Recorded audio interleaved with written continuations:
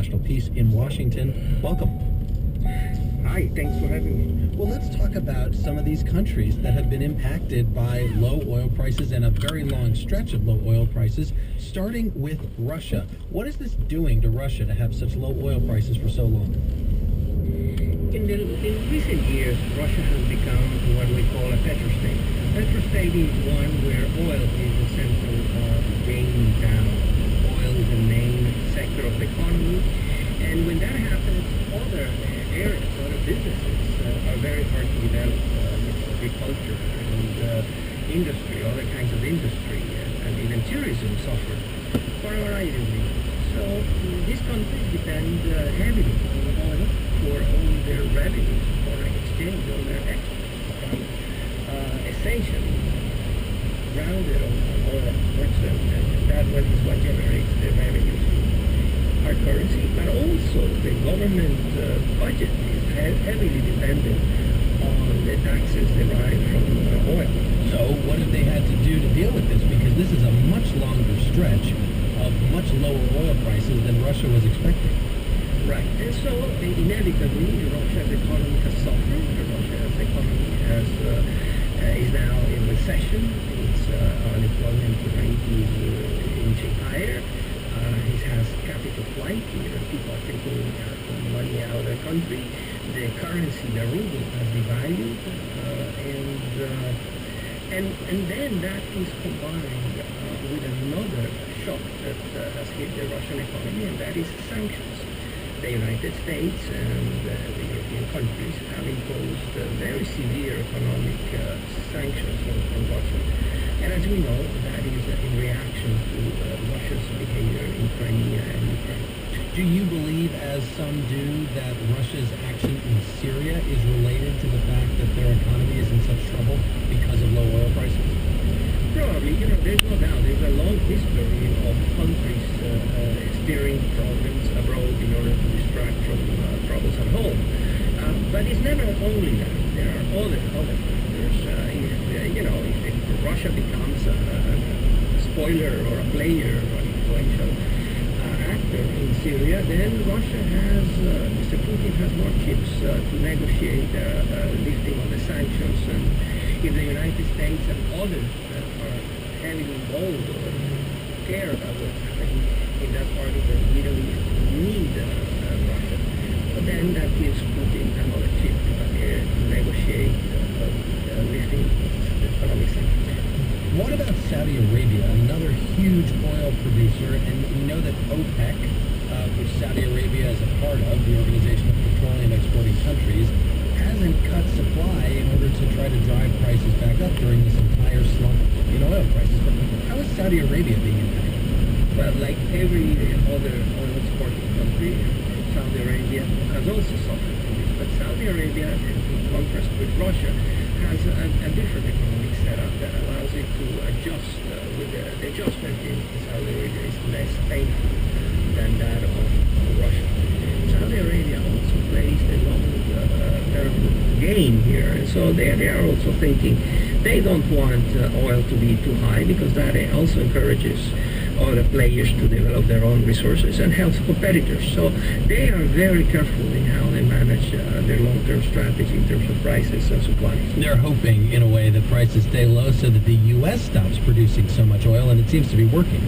And as you know, the United States is now one of the world's largest producers of oil, is getting close to becoming energy independent, and a lot of that is due to the most disruptive technology, or new technology of the 21st century, and that is fracking, and the exploitation of oil in what is called tight oil, and also shale gas, due to these new technologies that have completely upended the industry.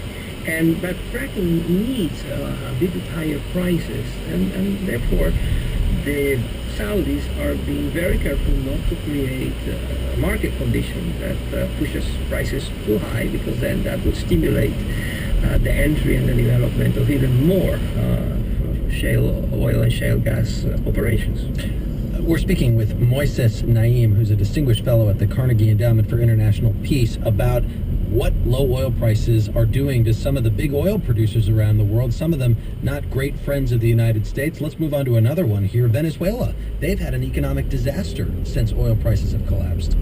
Yes, Venezuela is a very tragic example of both mismanagement of the economy and bad international conditions.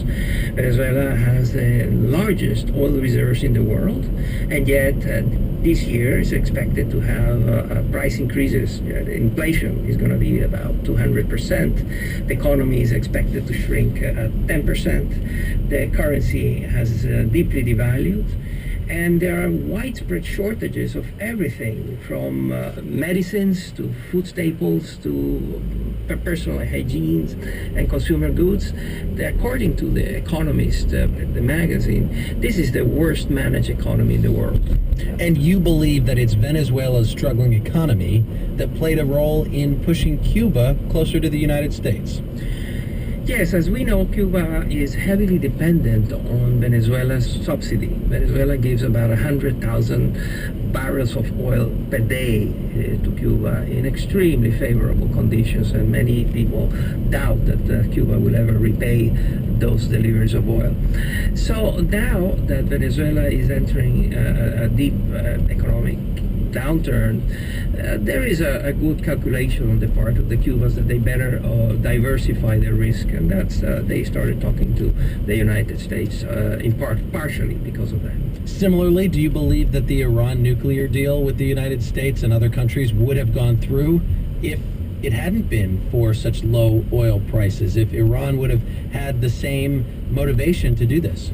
Yes, one needs to be careful not to explain things with just one factor and one variable. In these things, many reasons and many calculations and priorities and goals enter into the picture. But there's no doubt that, like Russia, Iran is suffering dearly from international economic sanctions that the United States and a wide variety of countries have imposed on Iran.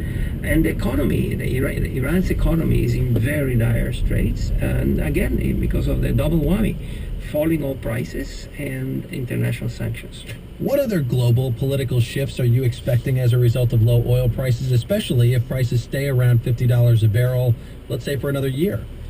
I expect a lot of political turmoil, the domestic political turmoil in many of these countries. In the last 15 years, when oil prices were very high and in fact reached record high prices, these countries benefited immensely and had a lot of money that they dispersed throughout the economy. And in many of these countries, the largest middle class that had ever existed developed. This is a middle class that is politically more awake, connected, that is better informed, that is more educated, and that has had significant gains.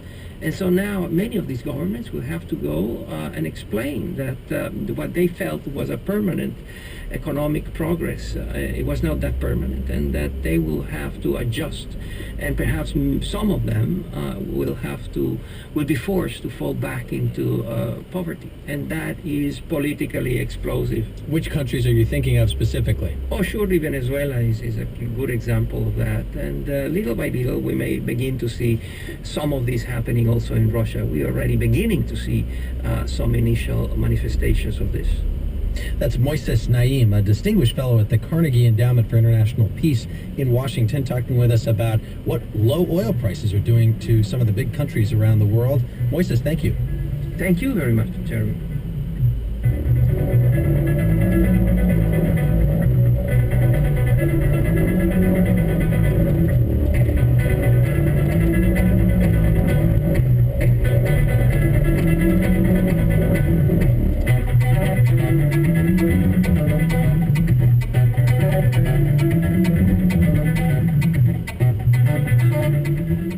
You're listening to Here and Now. You can dance, drink, and be spooked within the Gilded Age estate of Vizcaya Museum and Gardens at Vizcaya's 29th annual Halloween Sundowner Party, Friday, October 30th. The Halloween extravaganza will feature live music with Spam All-Stars and DJ A-Train, an outrageous costume contest, open bars, food, and so much more. Costumes, alluring entertainment with Bayfront live music, and dancing until midnight. Ticket options and details are available at ViscayaHalloween.org. At UHealth, the University of Miami Health System, you get more than just a doctor. You have a specialized team of physician experts, researchers, and nurses, all dedicated and focused on you.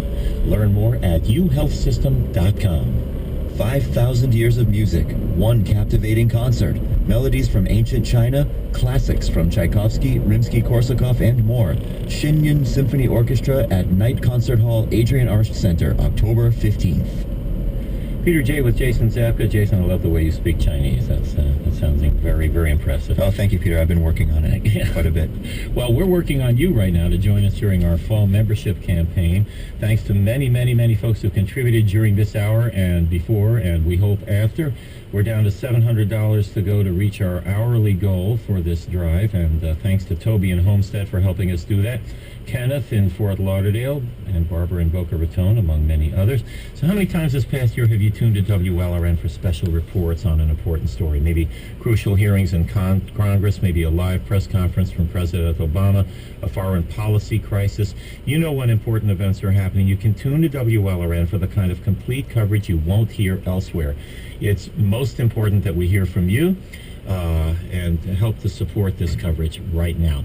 The number to call is 866-247-9576, and the way to pledge online is very simple. Just go to WLRN.org. Yeah, and when you make your pledge, you'll be entered for our grand prize drawing, which is a 6-night vacation for 2 people, Aqua Wellness Resort in beautiful Nicaragua. This price includes airfare, luxury accommodations, daily full breakfast, $100 spa credit, and much more.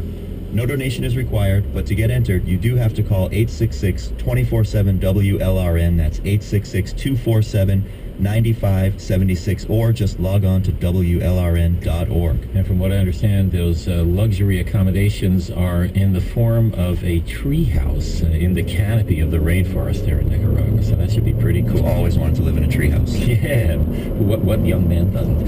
Help ensure that there's always a trusted space on the radio for quality journalism, and not just from NPR. Help ensure that South Florida has NPR quality reporting about the issues that matter here, and we've certainly had that courtesy of WLRN Miami Herald News, bringing home lots of awards. And also, you can hear WLRN Miami Herald News reports on All Things Considered, broadcast by hundreds of stations across the country, because the folks at NPR trust that we here at WLRN are providing quality stories. All of this is supported by listeners like you. That's how public radio works. Some listeners have the wherewithal to give $1,200, $2,500, or even $5,000 to fund this WLRN Miami Herald News team. We certainly can use it. We have a goal of $450,000 overall for this fall membership drive. We'd like to get there before the allotted time, which would be next Thursday afternoon. We can do that with your help at whatever level is comfortable for you. You can do that online at WLRN.org, where you can make a pledge by clicking on the Donate Now button, or by phone. One of our friendly operators will help you through the process at 866-247-9576. You know, I think sometimes the best part for me driving to work, running some errands, or even just sitting down at the desk to get some work done is turning on the radio. It makes riding in the car, finishing up some of those tasks, a completely different experience. If a commute or an afternoon or evening without public radio sounds absolutely dreadful to you, then please volunteer a contribution today. Taking a few minutes for WLRN now will help pay for those priceless moments of radio relief later on. It's easy to do online at WLRN.org, or on the phone. Just call 866-247-9576. That's 866-247-WLRN. And one of the most unique elements of radio over the years has been the radio play, kind of a very long-standing tradition in the medium dating back to the 1920s and 30s. And we have sort of resurrected that here at WLRN. There's a wonderful cast and crew that performs radio plays live on stage, which is quite something to behold if you haven't had the experience. I have, and I can tell you, it's something else. Well, you know, you may have heard, as a matter of fact, WLRN's broadcast of the play The African Queen this summer on a Sunday evening. We are proud to say, be broadcasting a series of radio plays from various South Florida venues in the coming year. You can join us for 2 of them live as they're being performed at the Broward Center's Abdo New River Room. So it's a package here that we're offering during this membership campaign. The package includes a pair of tickets to 2 performances. One, It's a Wonderful Life, that classic. And speaking of classics, Casablanca would be the second performance. And included as well an exclusive meet and greet with the cast after each show and an autographed CD of both performances. So, when you donate $225 as a one-time donation, please, we will bring you that pair of tickets to both performances and all the amenities therewith. Call us right now to get enrolled in that. It's the ticket combo package for radio plays at the Broward Center. You can tell that to your operator at 866-247-9576, or choose this as your gift for that $225 donation online at WLRN.org. Yes, and we want to say thank you to Toby in Homestead, Kenneth in Fort Lauderdale, and also to everyone who made a pledge of support prior to the start of the drive. We're still anxious to wrap up this campaign as quickly as possible, and our goal, as you know, is $450,000. As soon as we reach that number, the second we reach that number, right, Peter, we'll return you to uninterrupted programming. Got it. So don't wait until the last day. Make your donation now. The number to call, once again, 866-247-9576, or just visit WLRN.org. It couldn't be any easier. We're trying to inculcate our listeners with a new culture of non-procrastination, because it benefits all of us. We get to go back to doing what we do best here at WLRN, which is creating the programs and providing the programs that you depend on each day. You get to go back to listening to them uninterrupted. So if that sounds like a good deal to you, we need to hear from you now. It's easy to support your favorite programs on WLRN. It's convenient, especially when you set up a monthly donation program that we call the Sustainer Program. You just have an amount deducted from your credit card or a bank account. Automatically each month you set it, forget it, and you're doing a big part of sustaining public radio in South Florida. So let's hear from you now, please, at 866-247-9576. That is 866-247-WLRN. They said, we have information that this woman works for so-and-so agency. One of our caretakers lost her husband like that. They came to her house looking for her. She was hiding in the basement. Her husband confronted the Taliban and said, my wife is a housewife. She doesn't work outside of the house. And they shot him in the head, point blank. We've been getting threats in Kunduz for years, threatening phone calls, letters. They've even come to our door to say, close down this shelter, close down your offices, and make the woman stay home, otherwise we're going to kill you. But obviously we didn't listen to them. I'm wondering if you can tell us about one woman in particular who's been singled out by Taliban commanders, and she's someone you work closely with. Her name is Dr. Hasina Sarwari. What's been her role in Kunduz? Hasina Sarwari has been our province manager since 2010. She was the one who set up our shelters there. She was the very first people they came to look for. They invaded Kunduz at 2 a.m. At 9 a.m. they were already in her house. So the Taliban said, and this is a quote, Hasina Sarwari herself is immoral, and if we had captured her, she would be hanged in the main circle in Kunduz city. Take us through that logic. I mean, if you're a woman and you're in a shelter for a victim of violence, you're immoral. What's the logic there? Yes, according to them, she's encouraging women to leave their houses, their fathers and their husbands, and come to a shelter and become a prostitute. According to the Taliban, anybody who leaves their family leaves because they want to become a prostitute, and a shelter is a house of prostitution. So have literally all the educated women in Kunduz fled? Yes, every single educated woman, or even the uneducated woman who had jobs outside of the house, have fled to Kunduz. And we hear the Afghan government is in control again in Kunduz. Can the women who are still there come out of their homes, or is it still very risky? It's still very risky. The Afghan government is controlling the city, but they're still fighting in the very near the districts, and the Taliban can easily come back to the city. Our province manager, Hasina, is terrified. She's still terrified for her life. She has 2 little girls, so she's terrified for them. She doesn't know if she's going to go back to Kunduz, but there are some women who are willing to go back and start working. We are Women for Afghanistan. Women is definitely committed to going back and starting our shelters and our family guidance centers. So we will do that in due time. I'm just curious what your reaction is to the news today that President Obama is going to keep troops in Afghanistan, in Kabul, past his term in office. I'm very happy about that. This is what people wanted. It's not a lot of troops, though. No, it isn't. We definitely need more troops, but still, it's better than the 1,000 he had planned before. The fact that the Taliban now know that the U.S. isn't going anywhere, that they have the Afghan security forces back, it will definitely make an impact, and Afghans are really happy about this decision.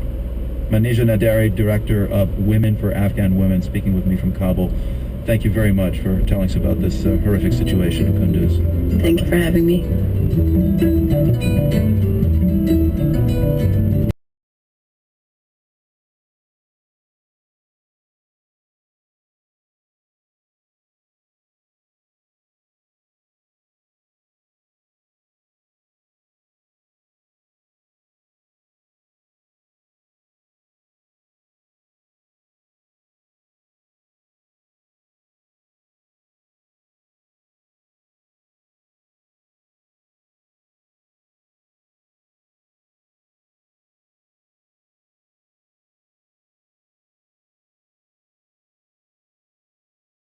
Later on the show, the long tail of Ebola that's coming up on the world.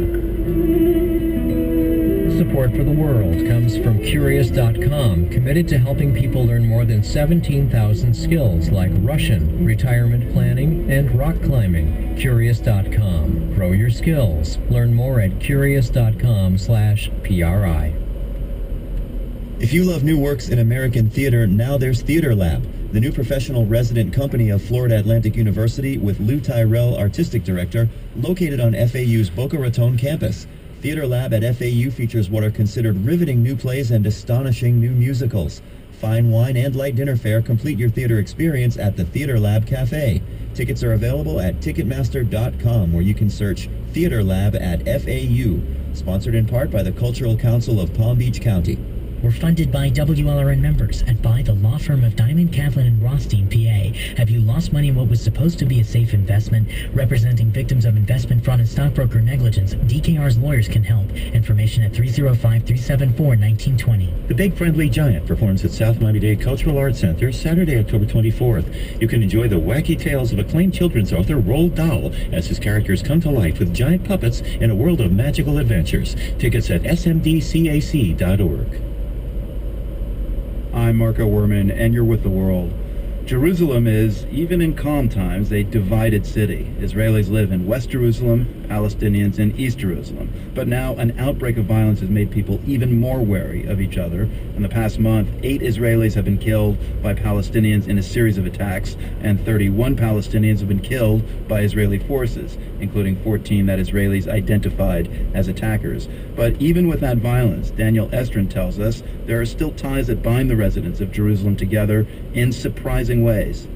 Take, for instance, one of Jerusalem's most beloved restaurants, Azura. You say Azura and Jerusalem, it's like in the same breath.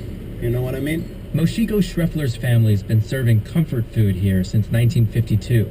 It's an Israeli-run establishment, but the people in the kitchen are Palestinian. And that's the situation with much of this city. Palestinians and Israelis have no great love for each other, but Palestinians rely on Israelis for a livelihood, and the Israeli side of town couldn't keep on ticking without Palestinians. Which brings us back to Azura. The restaurant employs 15 Palestinians. If you don't look for them, you hardly notice them. They mostly stay in the kitchen. Outside on the patio, Barbara Arama, an Israeli, eats a bowl of beef dumpling soup.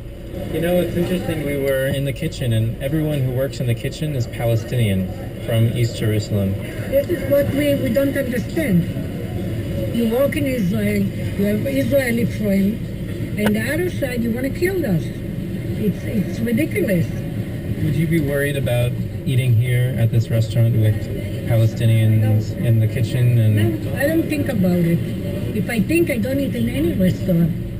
Moshiko, who helps run his father's restaurant, usually has no time to breathe, but most of the tables are empty now. He says customers are scared to eat downtown. We throw a lot of food in the garbage the last few days. He comes to the kitchen every morning at 5 a.m. to start rolling their signature kubed dumplings. The first Palestinian employee arrives by 6. We don't discuss the politics in the kitchen. I have business with them. That's the way I see it. Strictly business. Has it ever crossed your mind? Have you ever wondered?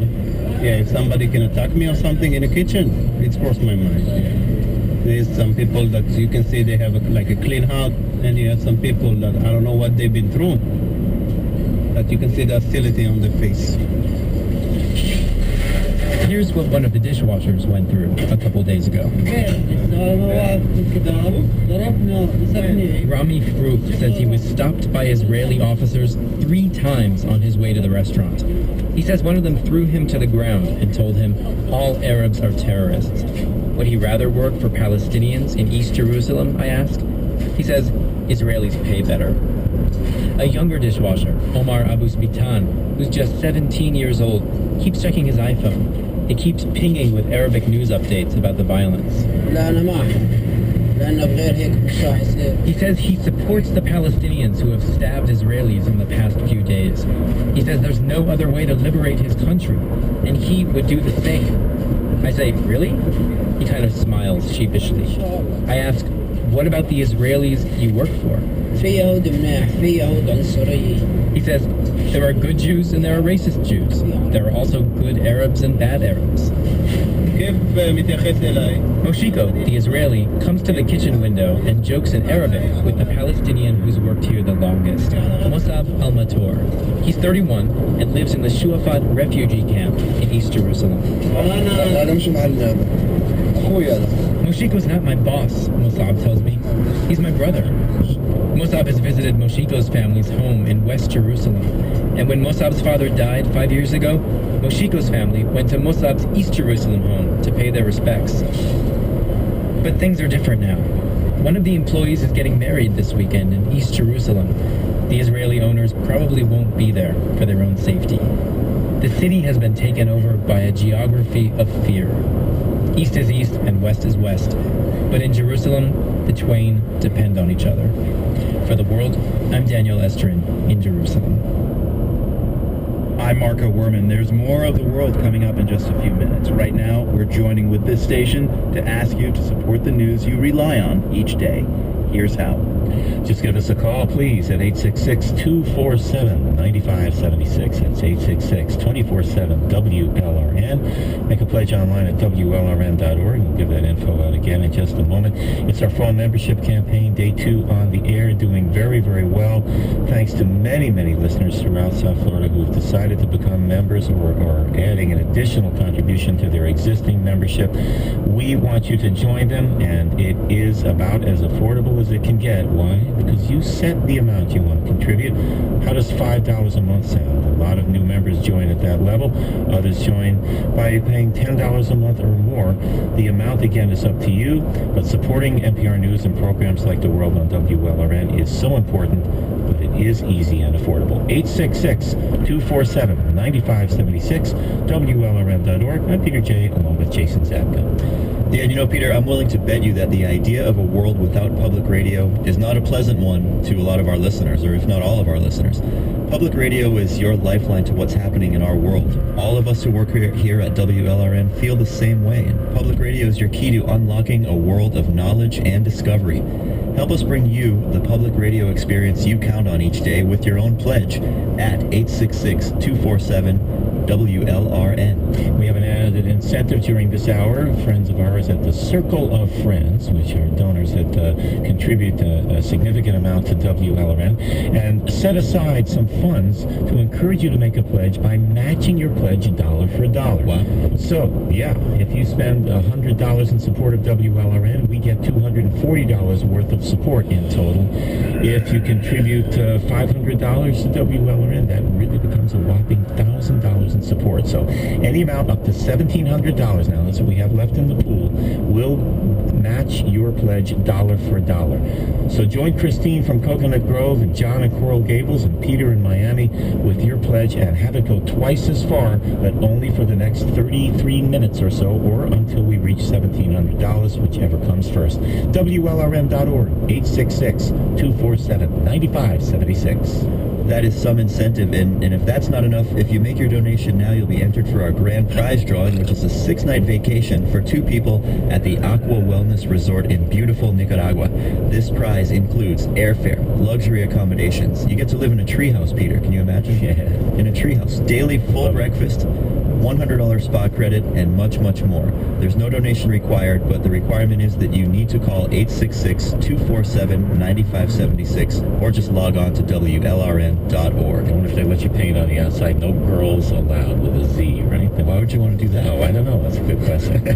when you were 9 years old, maybe. I suppose. Yeah. Well, listen, lots of incentives coming your way here on WLRN, and including a ticket combo package for radio plays at the Broward Center. If you haven't witnessed a radio play live, it's quite the experience.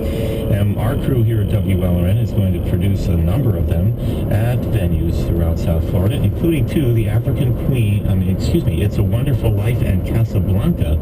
And you can get tickets to both of those, and a meet and greet with the cast after the show, and an autographed CD of both performances if you contribute $225 as a one-time donation right now. Just ask for the radio plays when you call 866-247-9576, 866-247-WLRN, or if you pledge online, choose that thank you gift at WLRN.org, and we do thank you.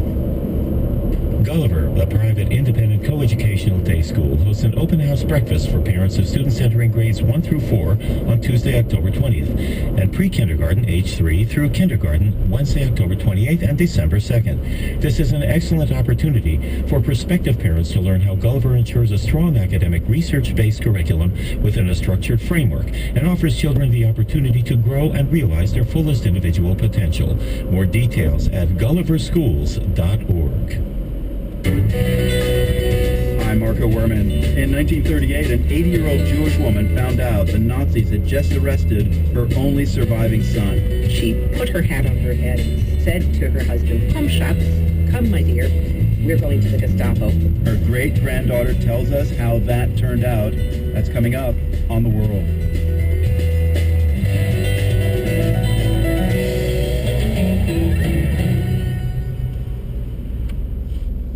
BBC News with Jerry Smith. President Obama has announced an extension to the U.S. military presence in Afghanistan, reversing a pledge to end America's longest war under his leadership. By the time Mr. Obama leaves office at the start of 2017, there'll still be about 5,000 military personnel there. He said Afghan troops were not strong enough yet to counter the increased threat from the Taliban. Investigators in Scotland and the United States say they have identified 2 new Libyan suspects in the Lockerbie bombing. The suspects are said to be linked to Abdel Basit al-Megrahi, the only person convicted of the crime. Almost 300 people died when the transatlantic flight exploded over the Scottish town in 1988. European football associations have called on FIFA to reach by mid-November a final decision over the allegations facing Michel Platini, the embattled head of their governing body UEFA. They said they supported Mr. Platini's right to clear his name. But a BBC correspondent says there are members who want to consider an alternative to him. Mr. Platini has become entangled in the scandal surrounding FIFA. The South African Parole Board says the athlete Oscar Pistorius will be released from prison next week. He'll be placed under house arrest. In October 2014, he was sentenced to 5 years in jail for killing his girlfriend Reva Steenkamp. The Kenyan Parliament has passed a controversial bill that imposes criminal penalties on journalists. They'll face jail terms of 2 years or fines of $5,000 for reporting on anything that is considered to be defamatory to Parliament. Scientists have discovered that honeybees are attracted to the caffeine that's found in many plants, and that they even seem to get addicted to it. They found that the bees who fed on the caffeinated nectar were even more likely to do a waggle dance to tell other bees where to find it. BBC News. The World is brought to you by Public Radio International and by Soundworks.org, a collection of podcasts from PRI with global voices and perspectives. From Studio 360 to America Abroad, explore and subscribe at Soundworks.org. I'm Marco Werman, and you're with The World. We're a co-production of the BBC World Service, PRI, and WGBH here in Boston. More than 500,000 people have crossed the Mediterranean Sea this year, trying to make it to Europe. Think about that number for a moment, and then think about what many of those people have endured. Most of them have sailed in small boats across a short stretch of water between Turkey and Greece. But the route from Libya north to Italy has been by far the riskiest. And that's put some North African fishermen on the front line of the migration crisis. Marine Olivesi met some of them in southern Tunisia. Like any fisherman, Ahmed and his friends used to look forward to what ended up in their net. Now they're kind of dreading it. They say their worst nightmare is to pick up a body. They've been spotting corpses at sea on an almost daily basis this season, so it's not a far-fetched scenario. These fishermen dock at a port just about 4 miles away from the Libyan border. So far this year, more than 2,800 migrants have died on their way from West Libya to Italy, according to the International Organization for Migration. That's 9 out of 10 deaths in the Mediterranean, taking place right on their turf. Every day we go out at sea and one of us will find people, they say. Some dead, some alive. We have to help, but we don't always know what to do. Should we take them on board? Should we call the police? Last week, 30 of them got some answers. The group MSF, or Doctors Without Borders, has been training local fishermen in rescue missions since July. Ahmed Roussan of MSF walks them through different scenarios. The key, he says, is to make sure migrants don't mistake the fishermen for smugglers or coast guards, so they don't feel threatened. After that, fishermen should send a distress signal. He's teaching them how. A lot of them, they don't know even which channel to use to ask for help. So they have to know which channel to use and how to use it. To communicate very short and specific messages, clear and short messages.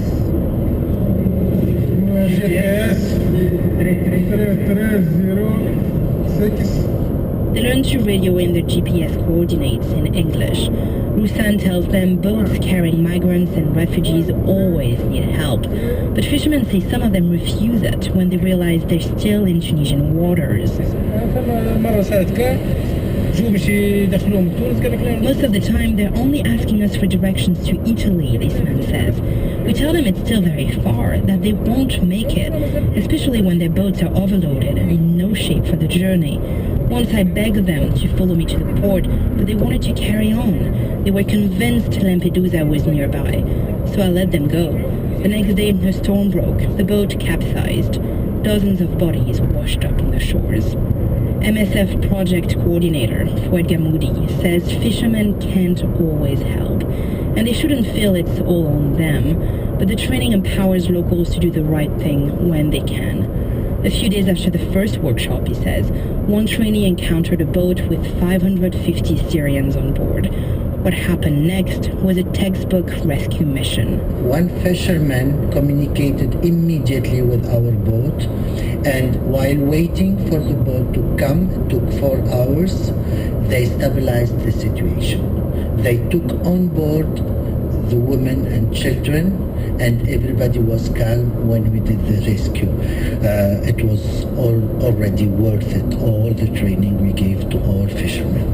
The MSF folks say they'll continue the workshops until captains of every fishing boat in Tunisia's southern region are trained, creating a safety net of sorts for migrants and refugees at sea. For the world, I'm Marine Olivesi, Ben Garden, Tunisia. Europe's migrant crisis has gripped our attention for months on the world, but our own hemisphere has an ongoing crisis too.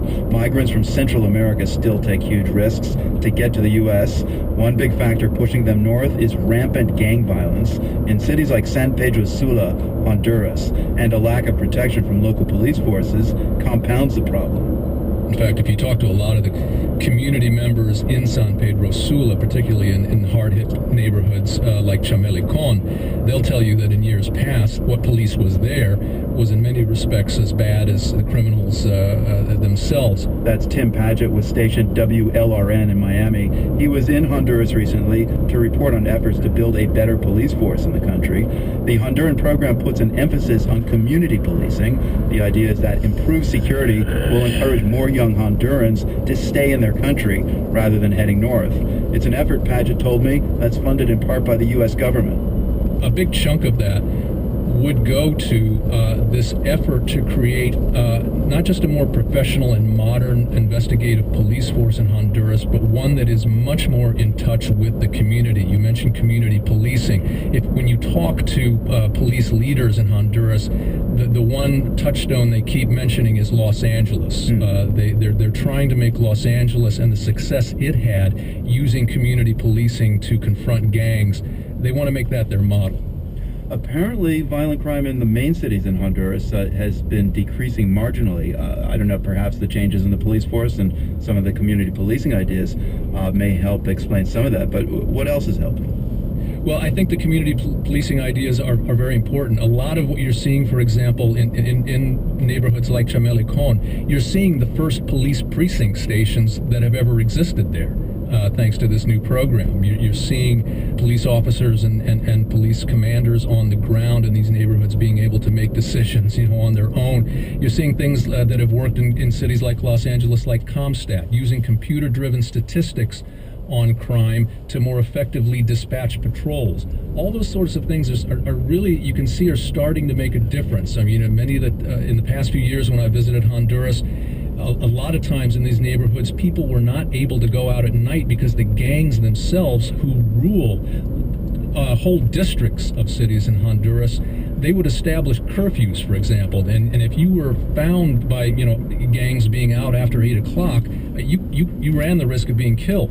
What's different now, we did a ride-along with some Honduran National Police in Chamelecon, in one of the areas that used to be just utterly ruled by a gang, the most powerful gang known as MS-13, and you're finally seeing people coming out at night. We've even talked to some business owners who are closing after sundown, something that they hadn't done in years. Wow, so some progress there, but there's still only one cop in Honduras per 1,200 residents. In Miami, it's one for every 400 residents. So right, and the UN recommends that you have one for every 300. Right, so what's the danger of some of these gains being reversed? It's a very real danger, and one of the words you keep hearing is reclamación. For example, we visited a house in San Pedro Sula that was known as a Casa Loca, a madhouse. It's where the gang would take victims to be tortured, killed, etc. Last year, a 13-year-old girl was abducted on the streets by one of the gangs because she wouldn't join the gang. So in reprisal, they took her to the madhouse, tortured her, raped her, and killed her. And that became, as tragic as it became sort of a tipping point for the community.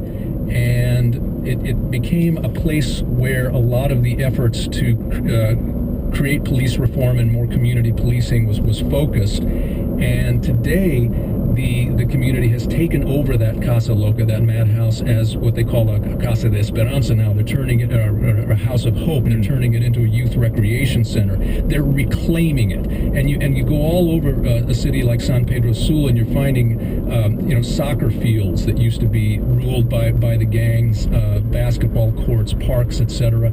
And the police are trying to, reclaim these areas, but it's a very tenuous effort so far. What did younger Hondurans or their families tell you about these efforts? Is it enough to help quell the violence and keep them from fleeing north? Well, you have to understand, I mean, this is the first time, really, that a lot of these neighborhoods in Honduras are seeing police presence. I mean, one of the reasons we saw tens of thousands of unaccompanied minors on our border last year during that awful migrant surge was because kids in Honduras, really in many neighborhoods, had only two options. They could either be a gang member or a gang victim, or go to the United States. And families in places like this neighborhood I was talking about, where the young girl was killed, families every day were making wrenching decisions about whether to let their kids stay in those neighborhoods and face inevitable violence,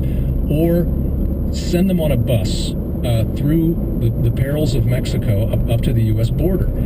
With police presence there now, we talked to one teenager, for example, who was escaping a gang that had threatened him. He got deported back to Honduras earlier this year, but he's decided to stay because he finally feels safe enough in the neighborhood to remain in the country.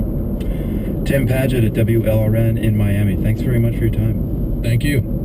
Migrant kids who do make the journey to the U.S. are changing our country in some pretty stunning ways. Just consider this. In California, more than 40% of public school students speak a language other than English at home. And while many of those kids learn English at school, their parents often do not. That means a language gap can grow among family members. But in Mountain View, California, some immigrant parents are trying to close that gap. Here's the world's Monica Campbell. We're going to play in the park. English as a second language class.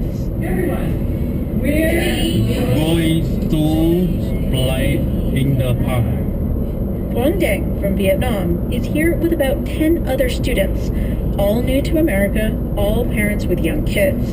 Their teacher, Kit Miller, says the parents are here to try and catch up because their kids are learning English faster than they are. That's a source of frustration for the parents because they are losing time every day. And every day that they're here, their kids are learning to be Americans. But they don't really have the opportunity to be Americans in the same way that their kids are. Another reason why they're here is just to ask basic questions at their kids' schools. The number one question, how is my child behaving? It's a language gap that can also keep these parents from getting involved with things like the PTA. Patricia Baquedando Lopez, a professor at UC Berkeley School of Education, says schools may communicate in English, but there are more and more non-English speaking families. She drilled this point home recently when she met with a group of immigrant parents. She said to them, "Do you realize what this means? That your child is the majority student population at the school?" And the mothers were like, "I didn't know that." And they started thinking that none of us is on the PTA, That's right. Baquedando Lopez does say she is seeing more efforts to integrate immigrant parents. Some schools are holding separate PTA meetings in Spanish, for example, but tight school budgets make efforts like this rare. It's good for the kids to get outside in nature. So the pressure falls on parents to learn English, and not until you try and learn English in the U.S. do you realize it's not easy. ESL classes like this at local community centers are vanishing. When state budgets tighten, like California's did during the recession, ESL classes get chopped and don't really come back. It's like this nationwide. Quang Dang's thankful for his ESL class and is improving word by word. I like to take the kids there every day. After class, I go with Quang to the preschool to pick up Queenie, his 4-year-old daughter. Quang hangs back, away from the classroom and other parents. Zero interaction. After, we go to Quang's house in a mobile home park. It's close to Google's massive headquarters, but in that short distance, everything changes. It's a heavily immigrant area, and inside his home, I see Quang's wife, Thuy, working at her kitchen table. She's sewing numbers and names on the back of hockey jerseys for the San Jose Sharks, the kind for sale at the stadium's gift shop. I thought this was something done at a factory, but here she was making them, $9 an hour. She studied English once too. I studied 5 or 6 months, that's it. But then she stopped. Because I have the baby. She had her daughter Queenie and then had to work. The idea now is that her husband, Quang, can try and learn English. It's all worth it because they say Queenie is getting a better education here than in Vietnam. As for Queenie, she's shy about talking to me in English, but does get excited when her dad pulls out the book he's reading for his ESL class, a kid's book. They sit on the couch and practice. Dog. Duck. Cat. Kid. They're pretty much at the same level for now. You know Queenie is going to zoom ahead. And her dad's progress? Well, learning English is getting tougher. The ESL class he was just in got canceled. Tight budgets, not enough students. When I called the other day to see if he'd found another class, he said he hadn't found anything yet, but he's looking. For the World, I'm Monica Campbell, Mountain View, California.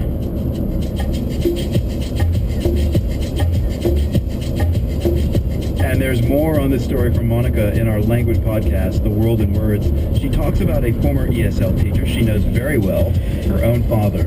Listen to The World in Words on iTunes or at pri.org/language.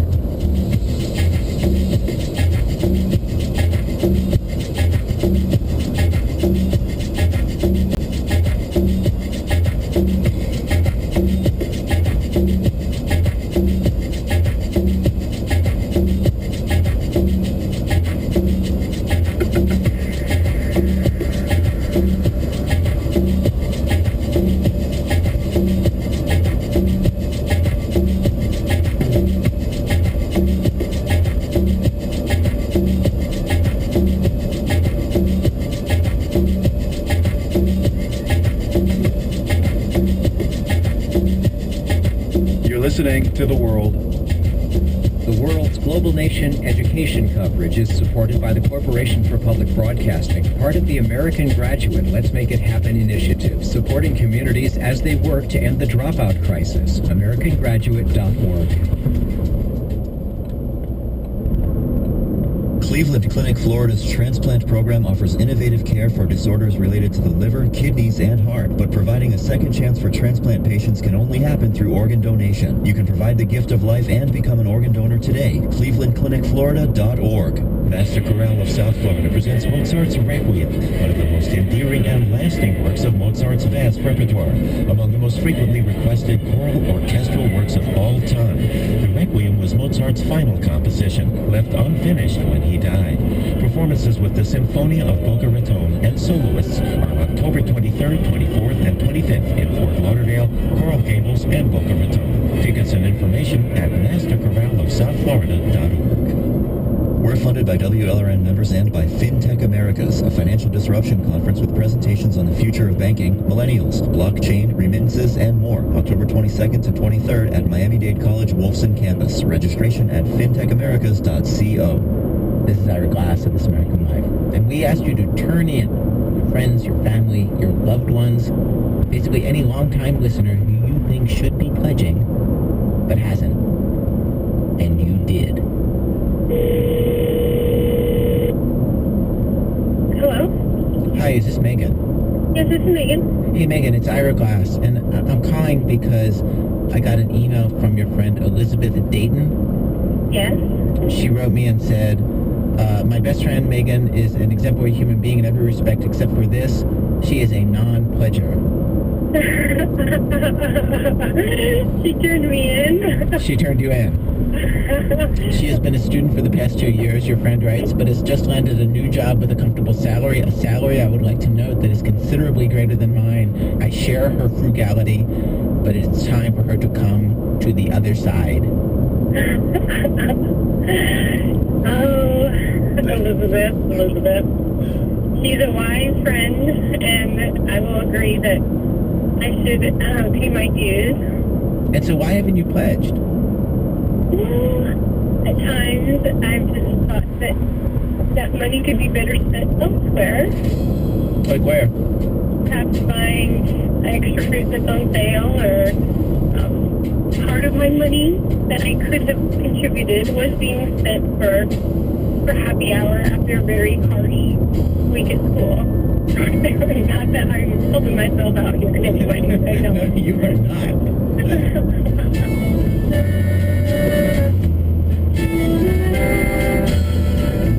Happy hour. Can I just say that if each of you listening right now would just call and pledge, and don't bother with like the $1 a day amount. If each of you would call and pledge the amount that it costs to buy a round of drinks for your friends, ladies and gentlemen, we could end the pledge drive right now.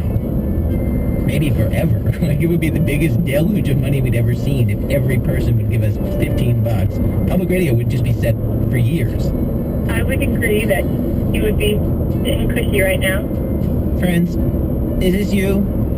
Have you been listening for years and you've never donated? I don't think that you should make us come after you. Don't be like Megan. Huge amounts of shame washing over me right now.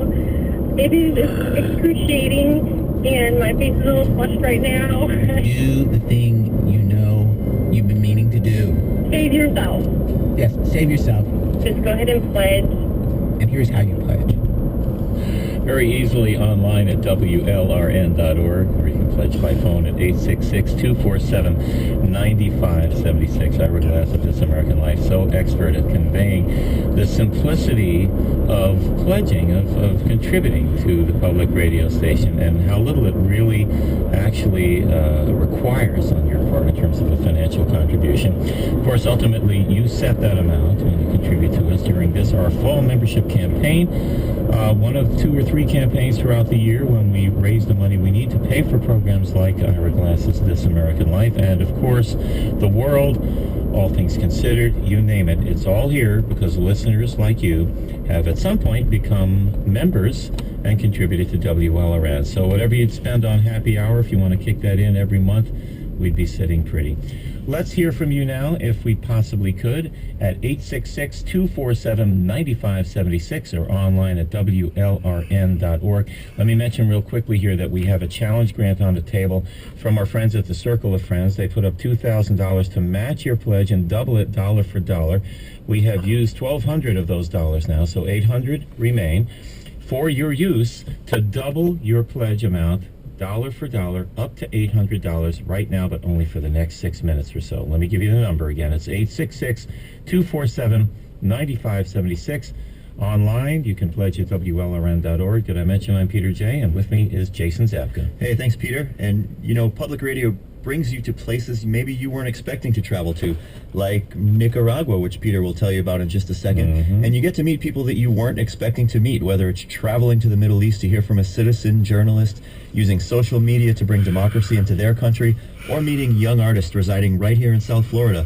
WLRN's job is to bring you into the mix, to connect you with news, arts, and culture, so you can have a better appreciation of the world around us. You've been thinking about becoming a WLRN member. I know you have. So just do it. I know it seems good enough to just keep listening without supporting public radio, but the instant gratification when you finally do make a donation, you'll feel so much better. And it's pretty much, like I said, instant gratification. Yep, we're waiting for you to have that experience right now at WLRN.org or 866-247-9576. And Nicaragua was mentioned a moment ago. Thank you, Jason, for that reference, because we have an opportunity for you to get involved in our grand prize drawing, and that is for a 6-night vacation for 2 at the Aqua Wellness Resort in Nicaragua. Beautiful eco-tourist destination right now, very hot on the lists of travel magazines. The prize includes airfare, luxury accommodations in a rainforest canopy treehouse, if you can believe that, with a plunge pool, daily full breakfast included here, and $100 to spend at the spa there. No donation is required to get entered by law, but of course we're putting this up here as an incentive for you to get involved with public radio on a very kind of personal level by making a contribution. When you make a contribution, you don't need to do anything else, click anything, say anything to anybody. You'll automatically be entered into this drawing. And by the way, if you become a sustaining member of WLRN, where you have a prescribed amount deducted from a credit card or bank account each month, you will, as long as that sustaining membership is in effect, be entered automatically into every single drawing that takes place in every drive from now until the end of time. So you do that right now. Take care of that business and get in on this spectacular opportunity by calling 866-247-9576 or logging on to WLRN.org. Hey, Peter, do you listen to WLRN online? WLRN online? I do. I use actually my phone with the WLRN app. I do too. I love the app. You know, it's available for both Apple and Android devices now. And it's great to be able to hear WLRN anywhere you can get an internet connection. Now, the question for you out there is, do you support WLRN? You know, there's a lot of good reasons for doing that. 1 is the program you're listening to right now. 2 is the next program you're going to tune in to. And 3 is the one after that, and so on and so on and so on. Public radio can only exist with your support. You can even make your pledge of support online. Become a member today, and go ahead, do it online. It's easy, it's safe, it's very secure. Go to the web, WLRN.org. It only takes about 2 minutes or so to fill out the secure form and to make that donation. And we're whittling away on that amount to have your pledge matched dollar for dollar. Just a few dollars left by which to do that right now. Thank you to Matthew from Fort Lauderdale, and thank you to Thomas from Coral Gables. Thank you to Carissa in Pembroke Pines, And a big thanks to Rebecca in Fort Lauderdale. The list goes on and on. Let's not forget Lourdes right here. Yeah.